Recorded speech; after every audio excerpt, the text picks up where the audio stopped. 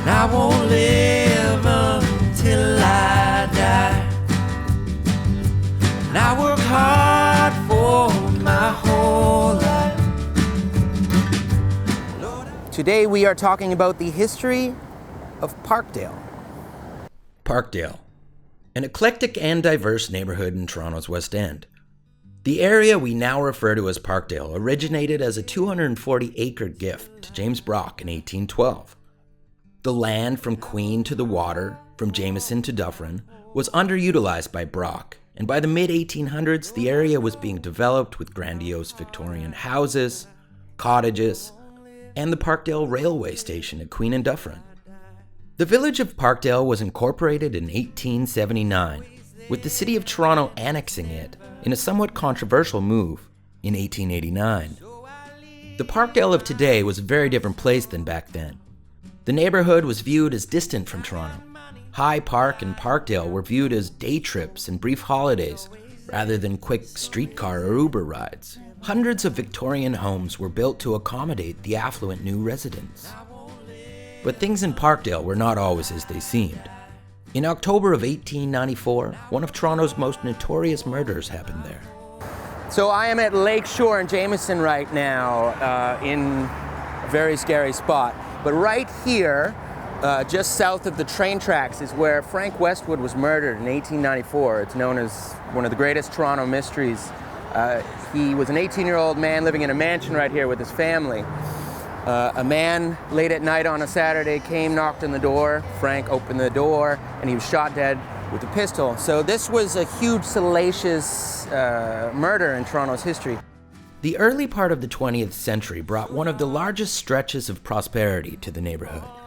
What has to be understood is the geography of Parkdale in the early 20th century. Parkdale stretched south from Queen all the way to the water. There was no gardener at the time.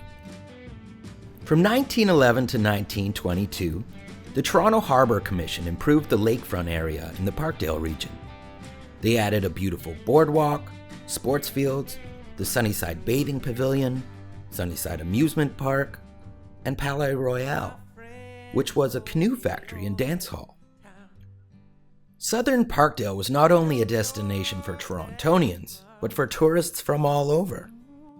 So from the beginning of the 20th century till about the 1950s, this area right back here was actually the most affluent and fanciest part of Parkdale. This is where tons of the mansions were. In the 1950s, when the construction of the Gardiner happened, this happened. So what they did was they tore down well over 150 houses, these beautiful Victorian houses.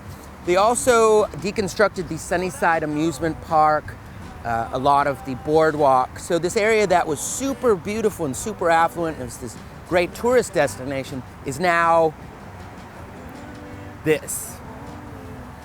So with the construction of the Gardiner in the 1950s, Jameson became very different. As you can see, a lot of low-rise apartment buildings. They were built quickly and still to this day have a lot of problems. They were built here because of its proximity to the highway. And this really marked a change in the demographics of Parkdale. The addition of the Gardiner and the construction of dozens of low-rise apartment buildings greatly affected the transformation of Parkdale, marking largely its departure from affluence towards more of a working-class community. What was to happen to Parkdale next can be argued to have been one of the largest effects on the neighborhood ever. The Ontario provincial government of the mid-1970s released thousands of long-term care mental illness patients from both the Queen Street West and Lakeshore psychiatric institutions. Parkdale, with its newly constructed and affordable low-rise towers, was smack dab between the hospitals and an obvious destination for the newly released patients. With plummeting housing prices, Parkdale also became a destination for the newly arrived immigrant and refugee populations. In recent years, as is the case in many Toronto neighborhoods, gentrification has engulfed the area, but Parkdale, greatly to its credit, has seemingly held on to its authentic and real nature throughout the process. I won't live until I die. And I work hard for my whole life.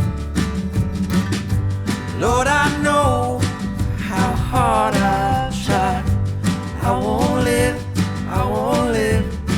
I die.